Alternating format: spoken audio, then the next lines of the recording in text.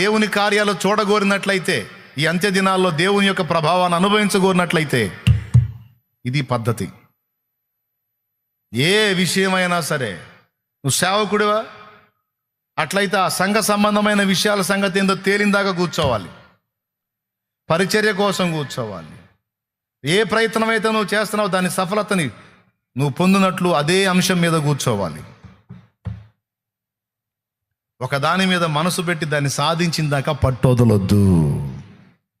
కానీ చాలా మందికి ఇది తెలియదు. ఇలా నేను పట్టుబట్టాలి, కూర్చోవాలి, దేవుని దర్శనం పొందాలి, దేవుని వాక్కు పొందాలి, దేవుని దగ్గర నుంచి జవాబు పొందాలి అనేది తెలియదు. నేను అలా కూర్చున్నప్పుడు దేవుడు నాకు స్పష్టపరిచి నా దోషములను పరిహరించుటయేగాక, నన్ను శోధించేటువంటి అపవిత్రాత్మలను వెళ్ళగొట్టుటయేగాక దేవుని పని